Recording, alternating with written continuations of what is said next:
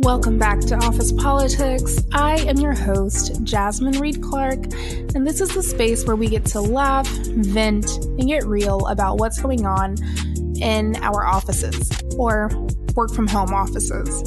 In today's episode, I have on two people who, yes, are dear friends, who I think are hilarious and amazing, but they're two people who were really heavy on my mind in 2020. In addition to frontline workers, essential workers, every single day I just thought about teachers. Like, are you scared to go into the classroom? Do you agree with virtual learning? Do you think it's a detriment to, a child's development? And frankly, what is it like to go into a profession or to be in a profession where you are not adequately supported with the proper resources or finances or budgets governed by the administration? And on top of all of that, you also just have to deal with really devoted, overly involved parents. So I got my little curiosity quenched, something like that, by having on two of my dear friends, Brittani Johnson, who teaches pre-K and is a community activist. And we will actually get into the protest that she coordinated, led, directed, killed for Sunnyvalle over the summer. And we have on friend to the show, Taylor Punch Weddington, who is a middle and high school science teacher in Dallas, Texas. In this episode, we really get into it all: budgets, reform, and how we can actually cause a ripple effect if we just feel like voting and cyber activism is no longer enough.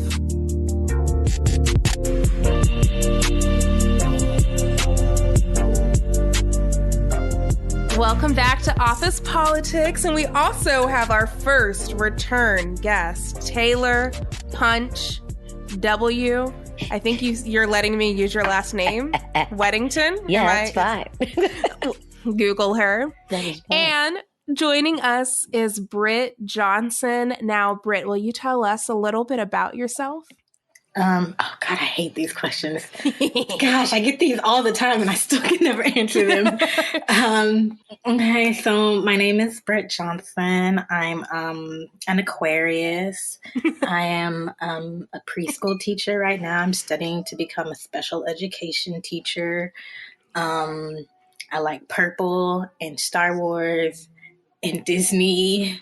And Are you single? Oh yes, big single. Big. Well, what's your tall? What's your dream man? My dream man. I don't have a dream man. I just have a dream scenario. Okay. Waking up in bed next to husband one while husband two is in the kitchen cooking. Wow. That's whoever is that fine like with American that. Dream. Look, that whoever is fine with that, look, hit me up because that's it. That's it. That's fine. Let's do it. Listen. And Taylor, for those of you who maybe hadn't caught the episode where it was happy hour, is passion at work a privilege or a prerequisite for success? You can check that out. Tell us a little bit about yourself, Miss Weddington. I myself am also a teacher of sorts. I teach chemistry and AP biology currently. I enjoy rock climbing and karaoke, as well as Dungeons and Dragons, to fill my time. And putting on Southern accents, child. Indeed. But shout out to the karaoke right there. I forgot to mention that. We all karaoke. Oh, yeah. Pastime karaokeers. Oh, yes. Listen, Taylor is taken, but, you can still enjoy her thirst traps on Instagram. Wow. Yes. That's how they're being marketed now. That's what I hear them called. I don't know. I want to be Gen Z so bad. There's nothing wrong with sending on a few thirst traps, guys. Okay, y'all are both taken and I am the single one out here. We're still trying to reel in some fish, okay? So. Live your best adult life. Listen, I just want Jordan to know that at any time I can hook, sink, liner. What's the thing you do? Hook, sink, line, fish. hook, line, sinker. There we Jasmine's go. never gone fishing. Wow. No, ma'am. Jasmine has never touched a fishing pole. So that is it. I want to make sure that he remembers I can catch a man. So I also like to post thirst traps from time to time. So keep it spicy. Ooh, and that's the first topic of the day, thirst traps. From thirst traps to education, we cover it all here on Office Politics. So I have you ladies here today because when 2020 swept and turned all of our lives upside down, I kept thinking about two sets of people, parents and teachers, because you all have to rear and reprimand and love on children, our future, and explain we have grown-ass adults who don't want to wear a mask. So I'm like, I don't know how you explain this to children. Also, how do you explain Zoom to kids and their parents? And basically, so I never thought something like education could be so affected overnight. And so I think about teachers a lot. I want to know what it is like to be a teacher in 2020, what scares you, where we're losing the magic, but also like where we are getting things wrong, and where we can do better. And then with Britt specifically in this episode, I want to get into a lot of the social justice work that you've done involving where you went to high school and how you are impacting students today. So that said, we're going to kind of start off with an open-ended question. So Act 1 is being a teacher in 2020 during a pandemic. What are in one word or a couple, how would you sum up education and teaching in 2020? And we can start off with you, Taylor. Chaos. Yeah. Utter and absolute chaos. No Nice. one knows what they're doing. The Great. teachers, the students, the administration, the superintendent, The all the way up CDC. to Betsy DeVos, the CDC, the president. No one knows what's going on. And it is evident in the way that class and school is being conducted currently. Absolutely. Here. And Britt, how do you feel about that word? It's very accurate, but I would like to also add exhausting. Ooh. Exhausting. It is exhausting. And I'm sure it's exhausting in every sense of the word, but when you first say that word, what's the thing that first comes to your head?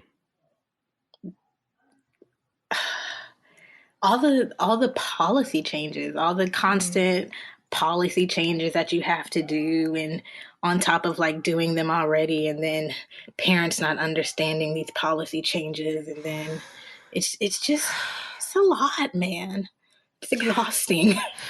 Have you had parents, maybe even faculty, who maybe have opposing political views and had that affect the way they either administer policy or how they interpret policy? Basically, do you have any like moms or Karens who are like, my baby will not be wearing a mask because I don't believe in it? Well, since I work at a private preschool, the rule is children under 8 do not have to wear a mask. So we only have like a couple kids under 8 that wear a mask. So we don't really have a problem with that. And then as well as political views, we're not allowed to bring any of that up. No Black Lives Matter, no nothing when the protests were going on this summer. And I had the school-age children, so most of my children are Black, and they're just like, I'm sad. And I'm like, look, I would love to talk to you about this, but I cannot, or else I will get fired. So, I mean, Absolutely. things like that. And then just with their questions about COVID, it's just like, look, I really don't know. Wait, can we pause? I didn't even think about that. You're going to have kids who are coming up asking you questions about policy, COVID, politics, Black Lives Matter, and it's hard to have, and it can be tough to have those conversations with people our own age or really people older than us. So I want to come back and circle back to that conversation specifically, Britt, but Taylor, I can see that you want to say something related to like basically, do you have moms and Karens being like, my baby is not going to wear a mask? Well, I thought it was going to be really interesting hearing about from Britt, because I know that she teaches at a private school. So I thought Britt's demographic was different. I mean, we are, but my demo of kids is Black and brown, and so there's no complaints over here. They're either at the house or they're at the school, and they have that mask on, and a lot of them have masks and face shields, and masks and face shields and the little protective plexiglass. Like, no one is about to play with this over at our end. We don't have too many Karens. I will say though, like the children that do come with me, if they are supposed to wear them, I'm not aware, because once they get on the bus and those come straight off. They be putting them in their mouth, swinging them around, leaving them outside. And I'm like, well, honestly, I'm going to keep mine on and be good. But I mean, what your parents do with you is their problem. Exactly. And then I think offline, you both have said that you haven't really dealt with a lot of outbreaks of COVID, right? At your school. That might be a late update.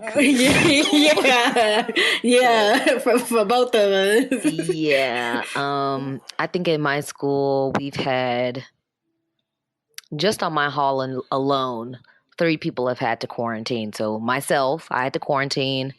One other teacher down the hall, like a math teacher, and then another teacher, like a leadership counseling type of teacher. And that's just on our hall. Plenty of people at our school have just left, like quit, because they don't want to even deal with it, or they've had relatives die and they're just like, well, I got to go take care of this. FMLA me, or just, matter of fact, just let me resign. I'm going to go, because it's too much to deal with. So there's just holes everywhere, just spots to be filled. And when a teacher quits kind of abruptly, like, okay, nobody can, for the most part, plan for a death. So I understand you have FMLA and you have bereavement, but what are next steps? Is it just filling that position? Do teachers now have 2 sets of classrooms they have to take care of? What happens to the children? How is everyone affected when a teacher leaves? So that's exactly pretty much what happened in my situation. I was sent over to this new school in order to help with, the stress of COVID, since at the school that I did work at, we didn't have any kids enrolled. And so when I got over to the new school, one woman had already quit. This is like before the school year had started. And so they were trying to shift staff around that. And so when I came over, they told me that I would just have to cover a class for like 2 weeks. These 2 classes that I'm teaching now, I just had to cover them for like 2 weeks until this other teacher comes back from her leave. Well, the 2 weeks were up, and literally on the day that she was supposed to come back, they were like, hey, so she quit too. So you're going to have to continue to teach these classes. And I was like, oh, y'all could have told me that a little bit sooner. Mama did not come prepared to work. No, ma'am. Listen. So, and are you still over there? I'm still over there. I stayed because I was only supposed to be there temporarily. But the fact that they had an opening at that school, they weren't going to find another science teacher to fill that position. That wasn't going to happen. Especially in the middle not of a science teacher. You're not going to be able to do that. So they ended up just signing over some paperwork so that I stayed at that school. And, I wasn't expecting my year to go like that, because now I'm having to teach 2 classes that I wasn't technically necessarily prepared to teach. So it's been very off the cuff. It has been very improvised because at the end of the day, the kids need a teacher. And with that said, what kind of support, whether it be emotionally or through resources, financial aid, etc., how are you being supported by your school system to take this on? I will say that my administrators have been very kind. Yeah. They have been very flexible with me, understanding of the situation. And so they frequently are asking me, is there anything I need? Are there any resources that I need? And so I find that very comforting. Like, at least you just didn't put me in a whole new situation and you're just like, okay, fend for yourself. Right. Just do it yourself. So I've enjoyed it on that end, but it has still just been a rocky transition to go from, being at a whole nother campus, teaching a whole nother subject, and then having to be like, okay, well, throw something together for this. and still have some like evidence to be like, look what these children learned. Like have God. So just from my situation, I just know that it's been wild. Yeah. And going to you, Britt, you actually brought something up that I wasn't even thinking about, but that's why I love these conversations. When you are going to school and you are teaching these kids and they're so young and impressionable, what pressures, or maybe there's a different word for it, do you feel to make sure that they do understand things like racism and health policies and politics and how to treat each other with respect? I feel like it is somewhat my I think the word you're looking for is responsibility. Thank you. I'm so happy to be around educators with vocabularies. I have the responsibility to I mean, if I can't get to these kids in a way of making them understand politics and race, the least I can get them to do is understand how to just be kind to somebody else. Yeah. Because honestly, my time when I was growing up in middle school and elementary school was not fun. I was bullied and picked on. So if I could save a child from being bullied and picked on by just being like, look, you just be kind. It doesn't matter if that's a boy and they like pink. Like, I'm a girl and I like blue and I like basketballs and I like Star Wars, but that does not make me a boy. So like, I'm just like, be accepting and be kind to everybody. And that's literally the only thing that I try to teach. Everything else, politics, racism, I wish I could speak on it, but like I said, policies. Yes, and keeping your job is important right now. Mm-hmm. No, that's interesting. And then for both of you, I think one thing that 2020 has gifted me is like I just a much lower to zero tolerance for certain behavior and bullshit that I was letting slide in 2019 and before. Are there any things that you've had to let go, or do you have a different mentality or point of view as it relates to being a teacher? I would have to say the amount of patience that I didn't even know I had, but that I've still had to bring to the table has really opened my eyes to the fact that we're not very kind to these children. We're not really nice to these kids. Dig deeper. What do you mean by that? I'd say we don't treat them like humans. We treat them more like products. Like little adults. Yeah, little robots. Which they're not. They're not. They're children. They're children. That people that don't have the same emotional or mental or physical capacity as you, and that you are still expecting them to function on the same level as you. Per example, we can be in a Zoom meeting. You, me, Britt, we've all been in some type of Zoom meeting at this point. At any point in your Zoom meeting, has anyone demanded that you like turn on your camera or stop like multitasking or stop eating a bowl of cereal or just whatever you're doing when you're an adult in a meeting, right? We all know how we're conducting ourselves on Zoom.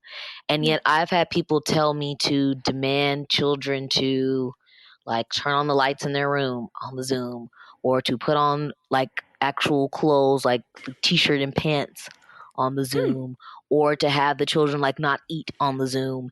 And I'm like, these kids are at the house. They've been in the house for months in the comforts and in the isolation of their own homes. And you want them to act as though it's just like it's not fair to someone that's like 13 to expect them to get up at 8 a.m. and then eat breakfast and then read the paper, and then put on their collared shirt and khaki pants, and then to sit quietly at the kitchen table, prepared to do an unrealistic 8 hours of Zoom. That, you're right. Because even as adults, we don't have our pants on. You don't do that. You don't. I feel like as an adult, you can't. Zoom, let's be honest. You can't even sit through like a whole 2-hour meeting as an adult without dozing off. Like, I don't know. And they want... Or you're on your phone. Yeah. Or you have the TV on in the background. Or you're trying to make sure that your kids are doing their Zoom. Look, like, the amount of scenarios that I've heard from students where they're just like, yeah, miss, I have to help my sister on her Zoom because my mom isn't here. She's at work. Yeah.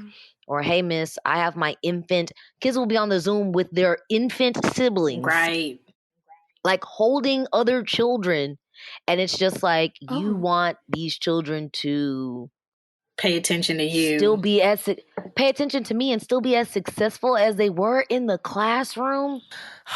Damn, I was not even... You know what? You're opening my eyes. Which then the next thing I'm wondering is... do you think this is almost like a throwaway year and everyone should just repeat whatever grade they were in? I know things can't be that simple, but what are your thoughts? It's already lost.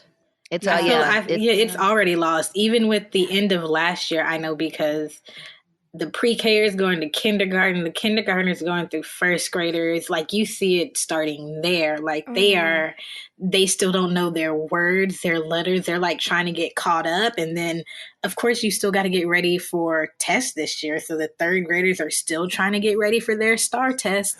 And it's we're still having tests? Ma'am, STAR tests are still going on. My kids retest for the STAR next week. Am I stupid to think that makes no sense? Like, they're not going to do well. And no, the school district that I work for, they're considering canceling the fall ACPs for this year. And I pray to God they do. I pray to God they do, because again, for a lot of teachers, if you teach a end of course class, something like biology or English, you how much you get paid is based on how well those kids do. So are you now not only talking about jeopardizing kids' success, but then you're also jeopardizing teacher, like, my pay on top of my pay? Because of the data? Because of the data that you got from this? No. Maybe this is something everyone knows. I didn't know that about teachers. I thought if you're in the city of whatever, this is how much you get paid. So no. But and I know this is the part where it's like, yes, Jasmine, welcome to systemic racism. But certain schools don't have the same budgets. Like, we don't distribute resources the same way. So, like, of course, like private schools in Frisco. So to make it for the private schools in the suburbs are going to do better than like in communities where people experience like food insecurity, housing insecurity. So then you're kind of punishing the teachers for being in that school, but it's not fair. No, it's not fair. And if you want to go a step further, like, it doesn't even go from department to department. Like, the resources don't even go from department to department like they're supposed to. Like, arts and the arts. Where are the arts? Where are those? Because I promise you, some basketball players would love to be out there on the theater court, on the theater stage and shit. But athletics ate up the budget. Boosters. You want to talk about some boosters, man? Yes, but yeah, I mean, no, resources are not equally set out through the school district, through the school, throughout the class, throughout nothing. No, it's greedy. It's a corporation. You just answered my next question. I was just going to say, as I'm sitting with both of you ladies, it feels kind of like how prisons are a for-profit business. It kind of just sounds like education is yet another business. Oh, of course. Why do I feel like I've been living under a fucking rock? And I read, like, I listen to podcasts, but I just feel like I'm not, I feel like this conversation isn't being had in the open. But is this something that you all talk to each other with at like happy hour and stuff? Oh, teachers complain. We're complaining all the time. We complain all the time to each other. We're complaining. That's all you do. We're constantly complaining. Yeah, that's all I do is complain. That's all I do, complain. My mom made an interesting point one time, though. She said she likes to say that female-based careers, we complain a lot, but we don't. A lot of change is usually not done in our industries, like nursing, teaching. It's kind of just like, well, deal with it. So my brother-in-law is a nurse, and my sister-in-law also works in the healthcare department. And it's so crazy. They, in the middle of COVID, they're on the front line, and they still got their pay cut. And I'm like, yeah. Oh, yeah. Yeah.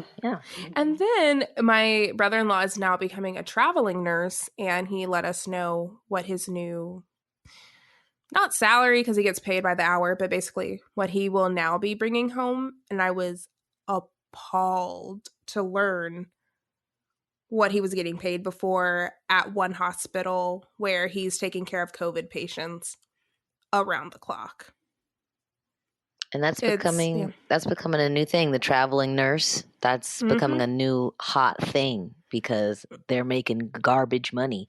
But then even then, I've heard some traveling nurse horror stories. Oh yeah. Yeah. I'll have to have him on because he has been warned. So hopefully everything kind of turns out great for him. But yeah. So to kind of switch gears, because we talked about policy and classroom changes. What changes have you had to make to your classroom that you feel like are positive and are working that you would love to see continue in 2021? No late work policy. No assignment dates.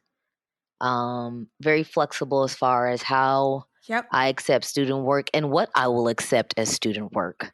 At this point, if the child is showing an inkling of effort, we have to recognize that effort and then give them something for it. We have to. Yes. I have a student that likes to draw. She exclusively, her time in class, she's often just not paying attention. She's drawing. So instead of her writing out her assignments, if she can draw something cute for me and then turn it in over the internet, that's fine, sweetie. A little comic about whatever we're talking about in chemistry, that's actually fine with me. That goes along with the intelligences, though, that the school system doesn't talk about or doesn't incorporate into their curriculum is Howard Gardner's 9 different intelligences, the interpersonal, the musical, the kinetic. And like, that's one reason why I think the education system is so whack is because it's not just reading and looking and hands-on. It's so much more. So yeah, draw me a picture, homie. You got it then. Wait, what's so funny about what you're saying, Britt? It hits home on like a totally different level. I was thinking today how when I went to college, I think I got to see more of like what my strengths were. And I ended up having like a high school friend and a college friend. The 3 of us were talking, and the high school friend was like, oh, Jasmine has to marry rich because she'll never like basically amount to anything. And the college friend was like, what are you talking about? She's like such a go-getter, and she like joins a bunch of clubs, and she like becomes friends with professors. Like she's going to own her own business someday.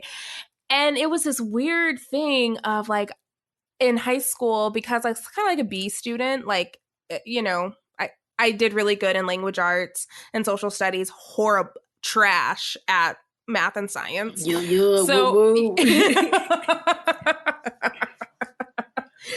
Taylor, I'm so sorry. And it's and so I think for a while I did accept this narrative like, oh my gosh, I'm never going to amount to much. And it's really just this like standardized testing and certain things just don't, it's not my jam. So I would love to hear both of you kind of talk a little bit more about that, because I would love to see curriculums further develop. I have a friend who does Montessori schooling. It sounds like that may be a little bit more hands-on. I still have a limited understanding of it, but What are some other thoughts you guys have around how we can better empower our students to actually go after things that they're good at and things they're interested in? Ooh, just talk to them, boo-boo. Just talk to them. If they raise their hand in class and they ask a question, just answer the question. That's it. I feel like so many times, like, children get shut down before they even get a chance to ask the question. Like, it just makes no sense to me. So, yeah, if they ask a question, just answer it. Talk to them. Yeah. You ain't gonna die for talking to a child. Yes. Just and being honest with a child, because they can smell dishonesty. They can smell when you're lying. Even the first graders, the first, second, third graders, they all know. It really sounds like let's treat them like humans is a basic thing I'm learning. Circling back. Would you look at if you treat the humans like humans? Who would have? Somebody get this ma'am a microphone. And empathy. Like, Taylor, I love what you said. Like, if you are showing me that you are giving me anything, let's have a little empathy. And I think we've gotten so far away from that. And it bleeds into how we treat adults that were once children in the workplace. It's, oh, your mom died? Yeah, well, we only give you 3 days off, so you got to make it work. Yeah. I had somebody call me from a former employer, and she was like, I had to use all of my vacation days to take care. Like, one of her step parents had died, I think. And I'm like, they should have just given you bereavement or just let you go. Like, people are dying every day, especially now. Like, I can't believe somebody had the audacity to look you in the face and be like, so your pay will be affected if you take off any more time, even though I understand that your parent is dying. It's very sociopathic. No, man, they don't care. I told you that when I even went to go get tested for COVID at the beginning of the summer. Oh yeah. It was when it was taking like 14 days for tests. So like I did my protest and I got tested afterwards just because I was around a big group of people. I got tested, went back to school, and then my franchise owner called me, or my director called me on my lunch, and she was like, hey, you can't come back until you get your test. And I was like, what do you mean? She's like, if you had enough calls to get the test, then maybe you should quarantine. And I'm like, I'm just doing it as a precaution, ma'am. So I was out for almost 3 weeks, and they did not pay me, even though they would not let me come back to work. The test came back negative, and they were like, they only have to pay you if the test comes back positive. So even though the test was negative and we were all good, they told me I couldn't come back. You know what? I just 3 weeks at home, no pants. I was fine. Whatever. No pants, no pay, no problem. No problem. At this point, whatever. Give me my wine. I'll be okay. Now, we are going to go to a quick commercial break, but when we come back, we are going to talk about how to show up and show out for your students and the future generation. Be right back. Look, I may not even know you personally, but I already know one resolution that's on your list. To read more, to rest more, to take more moments to stop and spend time with yourself. Self-care. Maybe all of those things are on your list. Regardless, I got just the thing to kick off your new year right. If you're looking to read more or really dive more into self-care, you have to get your hands on Revolt Careers BYOB Revolt Be Your Own Boss book. First of all, it's $12.99, but with my discount code OfficePolitics, you get 25% off. So, for next to nothing, you get to learn the methodology written in BYOB Revolt, now used on all of their platforms, which is a brick-by-brick strategy to navigate your professional destiny on your own terms. So, are you just tired of looking at other people's blueprints or trying to define success on someone else's terms? I was tired of the same thing, and thankfully, I stumbled across BYOB Revolt, which is now Revolt Career Network, and from there, I got to learn everything that I needed to know in order to really become the entrepreneur that I am today. So again, whether you're looking to read or become a better business person, consider going over to revoltcareernetwork.com, getting your hands on the BYOB Revolt, Be Your Own Boss book, and don't forget, if you use offer code OfficePolitics, you get 25% off the book, as well as anything else on the site. And if you read it, snap a pic, tag me, let me know what you thought. All right, and we are back with Taylor and Britt. So when we left, you gave us some call to actions that we can take with school board meetings in order to get more involved, to take that first step towards change. Britt, I actually want to talk about a lot of the change that you have caused, impacted, facilitated in 2020. So can you give our audience a backstory of what you did this year with the protests? Oh Lord. So it was late one Tuesday night. I was having a bottle of my finest $6 wine.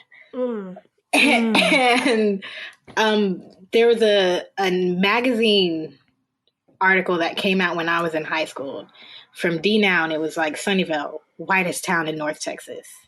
And I just remembered it for some reason because there was something on Twitter. They were calling out their hometowns for being racist. So I did that. I posted on Twitter and Facebook. I was like, oh, guys, just to call to all the people of color at Sunnyvalle, past and present, was like, hey, like if you've ever experienced something in the halls of Sunnyvalle, just, leave a comment, let us know. And I didn't know because, one, I'm not in the Sunnyvalle I left that place a long time ago, and it was really just one of those, hey, let me just Facebook post, and it went, and I wouldn't say it went viral in my little town, but in my little 2 stop sign town, hometown, yeah, it did. It rubbed people the wrong way because it was year after year, class after class of students of color saying, yes, Sunnyvalle is racist. The teachers are racist. The school system, everything is white. It's nepotism. It's racist.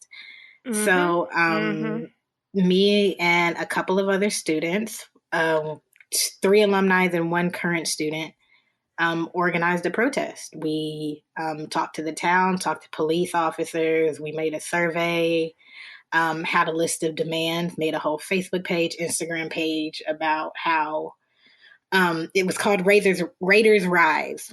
Oh, I love that. Yeah. And the RISE was Racism in Sunnyvalle Exists. So it was a play on, and they still use the hashtag Raiders Rise. And I'm probably going to get in trouble. But for me, it stands for Racism in Sunnyvalle Exists. So we did a march, and you guys came out, and I was so happy for you guys to come out. Oh my God. It was so good. Oh my God. There was a lot of people, but it was basically just calling out the school system for the systematic racism, the being the model minorities that they would always pull out for, like, we're not racist. We have these students. And it would be like, you're pulling out the model minorities that are often, yes, they're great kids, but like once they left Sunnyvalle, like they realized that no, we were in that little bubble. Yep. And we're waking up and we're seeing, and even the friends that I had growing up, I remember I stopped being real good friends with them after Ferguson, after Mike Brown. Like, it was just an eye-opening experience listening to what they would say. And I was like, this is, y'all racist. Like, it was just like the little things, like I pieced together, and I was like, okay, I can't do this. But being able to walk back on that town and just bring awareness to all the racism and the things that have happened since then, it's just been, wow. Can't believe I did that.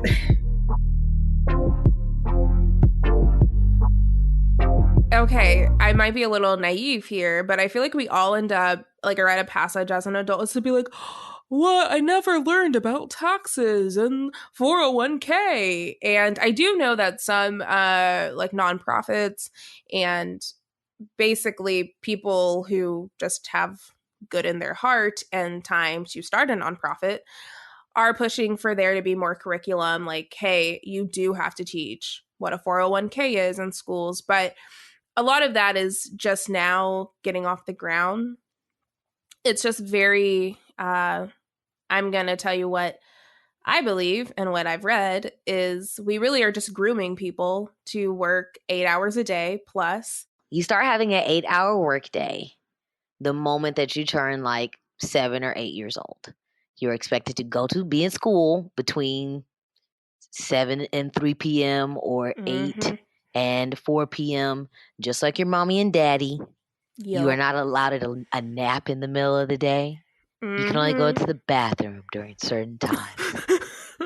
if you're just literally grooming children to become worker bees. Just like I said last time, like if you wanted a child to have the type of imagination necessary to do different careers, like maybe like a culinary artist, somebody who's a painter, somebody who's a musician. Nowadays, people are taking on non-traditional careers, entrepreneurs, people working from home, people who run online stores. You're not giving children the space or the time to be imaginative enough to even create their own business or their own. And do you think, none of us have children, but do you think a lot of the parents are also not fostering that at home? Not out of malice, just out of sheer, like, they're exhausted and they're working 50 hours a week and they, you know? There's no, at least from the parents that I've seen at my past school and at this school, everyone is too overwhelmed to really worry about their children. I know some people have been hard up, like they're at the kitchen table, their kids are at the kitchen table, and they're the new coworker. Your kid on Zoom and you're on Zoom, and that's what it is. But a lot of parents, now that the kids are at home, the kids are helping with real life stuff. The kids, like you said, taking care of infant babies. That's the kids are in the Zoom and they're just like, "Oh, miss, I'm on the way I'm taking my grandma to the doctor. Sorry." Like children, I think for a lot of parents, school isn't seen, it's just seen as like the kid job. It's your child's job. I think that is the best way I can put it. It's your child's job to just handle up on school. So psychologically, and I have no science to back this up, but psychologically, it seems like we are robbing children of a childhood or innocence, but it also feels like creativity is going to take a huge nosedive because of this. Is that a fair hypothesis? What do you think? Okay, so while I do think that, yes, the arts and stuff, the arts and music, not in stuff, the arts and whole, yes, they're not being paid attention to in school, but in times of need, when you are sad, when you need something, you always turn to music art or something. So while, yes, it might not be in the school system, people might not be encouraging it, but you're not going to tell somebody who likes to make music that they can't go out there and make music. They're going to find them a little bucket.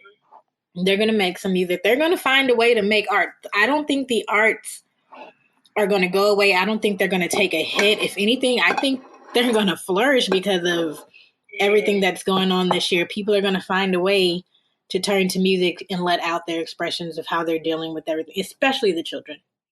Absolutely. Wow. I love that point. I like that perspective. It's much more hopeful, and thanks for adding to that. Much more on the positive side because I see nothing but the depths of despair. I feel like. I love both of you. And Britt, when you were putting together, I know we kind of walked away from the conversation a little bit, but going back to the Sunnyvalle protests, how do you recommend, whether it be student teachers, people like me going to school board meetings, how should we speak with local officials and administrators in order to be heard?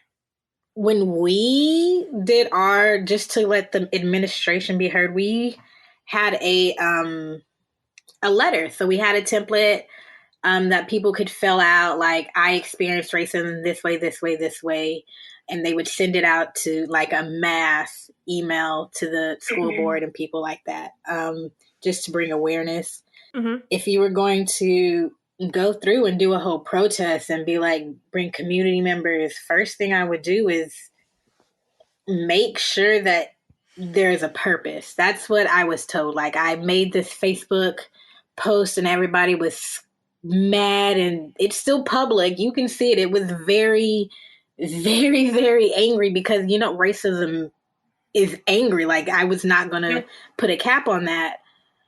But I was told, like, yes, you made this post. Yes, this is happening. But what is your purpose? What do you want to do? Like, what are you trying to attain by doing this? So always make sure that you have something that you want to attain first. And then you can, from there, you can figure out, well, if it's going towards school, then you need to make sure that you get teachers on board, current and past students, alumni, PTA if you can, school board, make sure they're on board. Make sure that whatever you're saying isn't too raunchy. You have to put your anger aside, which is very hard to do. Yeah, it's very hard to like come back and be humble and try to work together with people and try to actually get these things taken care of.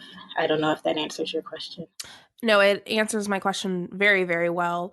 And finally, I think I just want to ask this for both of you. As far as helping children in your own backyard, how can teachers, educators, and those who really care, what can we just do when it comes to interacting with children and really ensuring that we are fostering creativity and imagination and getting us out of those pits of despair? Show them respect. Respect these children. Show these kids the same amount of respect and personability that you would treat another adult. They're tired too. They're helping you at the house too. They still have homework to do. Not only that, they're going through puberty and emotions. Just treat them like you've been at that point in your life before. They're dealing with not having the newest shoes during a pandemic, bro. They're not even being able to see their friends during a pandemic. They're getting bullied online during a pandemic. They're still getting abused at home during a pandemic. Some of them aren't eating during a pandemic. Just be a little nicer to these little people. Yeah, and school used to be the place where you can go to like have fun and be free, kind of like you would have your clubs and your friends and stuff. And now school, socially, it's serving no purpose. Yeah. Right. Socially, it is serving very little purpose. And then the physical building of school is almost not serving a purpose anymore either. So what are we really doing? What's really going on? All right, sweet girls. Well, I love you both. Thank you for being on, and let's treat children with respect. What a novel idea. Another thought-provoking and incredible episode, thanks to those who are doing the real work, teachers, and everyday essential workers. Guys, please make sure that you check out both Taylor and Britt on social media. You can find them if you head on over to officepolitics.podcast on Instagram. And as always, I want to continue this conversation, especially if you are a teacher or a part of the administration. Let me know, what are your thoughts? How can people get more involved? Or is there anything we were really missing from the dialogue? Always an open forum. But until next time, stay blessed.